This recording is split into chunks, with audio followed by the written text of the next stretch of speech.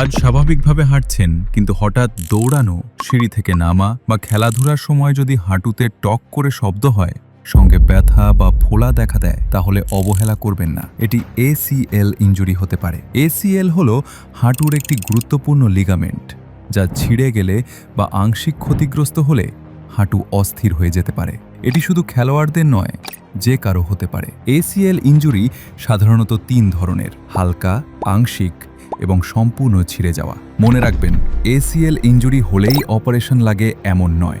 অনেক রোগী সময় মতো একজন বিশেষজ্ঞ অর্থোপেডিক ডাক্তারের পরামর্শ, সঠিক পরীক্ষা এবং চিকিৎসা নিলে অপারেশন ছাড়াই সুস্থ হয়ে যেতে পারেন।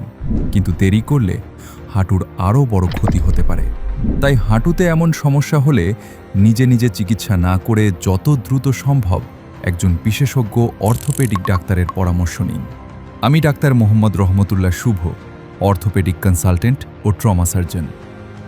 এসিএল ইনজুরি হাড় ভাঙা, ঘাড়, কোমর, হাঁটু ও অন্যান্য হাড় জয়েন্টের সমস্যার চিকিৎসা দিয়ে আসছি।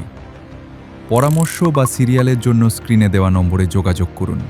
ধন্যবাদ।